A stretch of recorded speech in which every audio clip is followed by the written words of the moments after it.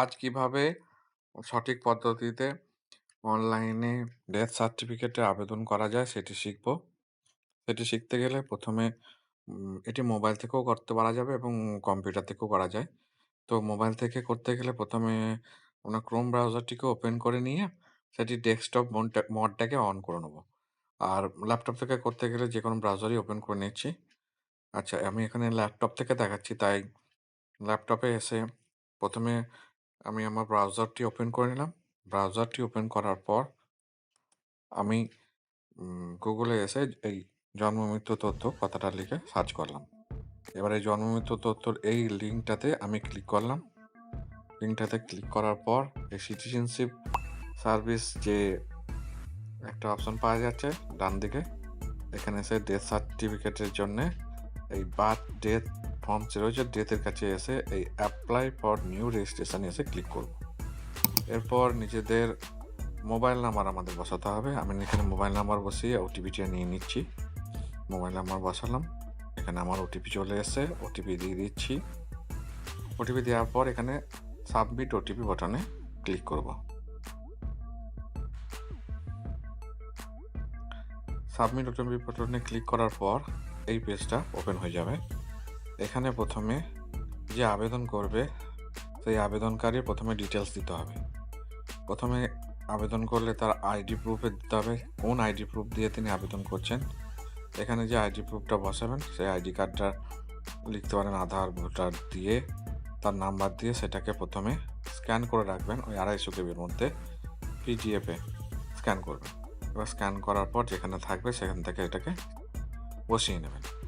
এরপর দিতে হবে মৃত ব্যক্তির তার সমস্ত তথ্য। প্রথমে মৃত ব্যক্তি কবে মারা গেছে সেই ব্যাপারটাকে ঠিকঠাক লিখতে হবে। এখানে একটা জিনিস দেখিয়ে দিচ্ছি, আজ ২০ তারিখ যেহেতু, সেই জন্যে যাতে ডিলে না হয় সেটা দেখাচ্ছি। আমি ১ তারিখে সিলেক্ট করে নিলাম, সেই জন্য দেখুন এখানে কিন্তু ডিলে আমি করছি না, মানে ২১ দিন পেরিয়ে যাচ্ছে না। ২১ দিন না পেরিয়ে গেলে কীভাবে করছি আর কি, সেটাই দেখাচ্ছি। এটা দেখুন ডিলে পেরিয়ে গেল। দেখুন ডিলে পেরিয়ে গেলে এখানে নিচেতে যে অপশানগুলো দেখতে পাবেন তখন কী কী জিনিস চাইছে আর ডিলে না থাকলে কী কী জিনিস। এখানে ডিলে হয়ে গেছে দেখুন, এখানে নিচেতে upload permission, upload payment channel এগুলো দেখাচ্ছে, যেহেতু আমি ডেটটাকে পিছিয়ে দিয়েছি বলে। এবার আমি যদি ২১ দিনের মধ্যে করি তখন দেখবেন আর ওই ডিলে জিনিসটা যেগুলো লাগছিল সেটা লাগবে না, এই পারমিশন ফর্ম সেগুলো কিছু লাগবে না। সেই জন্য আমি এটা ২১ দিনের মধ্যেই করলাম। আজ ৬ তারিখের মধ্যে আপলোড করলাম, দেখুন এখানে কিছু আর লাগছে না। তো এইভাবে ডিলে বাদ দিয়ে নর্মালভাবে কীভাবে করা যায় সেটা দেখছি, বা ডিলেটে কী করে হয় পরের ভিডিওতে দেখিয়ে দেবো। এখন এখানে জেন্ডার, কত বছর বয়স, তার বয়সটা কত, মৃত ব্যক্তির নাম, মিডল নেম থাকলে মিডল নেম, কি আইডি, আধার, এপিক যদি আধার না থাকে ভোটার কার্ড, এগুলো তার দিয়ে আবার তার আইডিটা স্ক্যান করে নেবো আর ঠিক ২৫০ কেবির মধ্যেই সেটাকে আপলোড করে দেবো। এরপর দেবো কোথায় মারা গেছে। দেখুন এখানে কতগুলো জিনিস বলে দিচ্ছি। এখানে বাড়িতেও মারা যায়, হসপিটালেও মারা যায়, আবার এমন হয় যে নিজের এলাকার বাদ দিয়ে বাইরের এলাকায় মারা যায়। সেক্ষেত্রে পশ্চিমবঙ্গের মধ্যে অন্য কোনো জেলাতেও মারা যেতে পারে, অন্য কোনো আবার অন্য কোনো জায়গাতে মারা যেতে পারে। সেখানে তার সেখানকার অ্যাড্রেসটা কিন্তু বসবে। এখানে মনে করুন বাড়িতে মারা গেল না, অন্য কোনো জায়গায় বসলো, অন্য জায়গায় মারা গেল, সেখানে কিন্তু আপনাকে সেই অঞ্চলে আপনার মিউনিসিপ্যালিটি হলে পরে পৌরসভাতে যেতে হবে এবং পঞ্চায়েত এলাকা হলে পরে সেই পঞ্চায়েত এলাকাতেই কিন্তু আপনাকে ডেথ সার্টিফিকেটে নিতে যেতে হবে। অ্যাপ্রুভ করার পর ওখানেই কিন্তু যেতে হবে।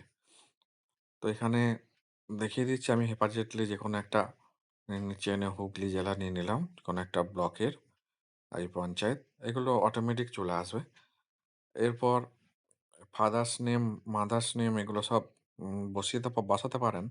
সাধারণত বাচ্চাদের ক্ষেত্রে বলুন আর পুরুষ মানুষদের ক্ষেত্রে বলুন বাবার নামটা বসানোটা ভালো। আর মেয়ে ছেলে যদি বিবাহিত থাকে তাহলে স্পাউসের নামটা বসিয়ে দেবেন। আর তাদের ডিটেলসটাও এখানে দিয়ে দিতে পারেন। দিয়ে দিলেই ভালো। ওইখানে 250 কেবির মধ্যে প্রত্যেকটা পিডিএফ করে অলরেডি রাখতে হবে। এবার মৃত ব্যক্তির মরার সময় কোন ঠিকানা বলতে এখানে যেখানে বাস করতেন সেই ঠিকানাটাই বসাবে। এটা প্রেজেন্ট অ্যাড্রেস বোঝায়। এবার প্রেজেন্ট অ্যাড্রেস যেটা হবে সেটা এখানে বসিয়ে দিলেন। এখানে যে পপআপে পরিষ্কার চলে আসবে। আপনারা পরিষ্কার পেয়ে যাবেন গ্রামের নাম।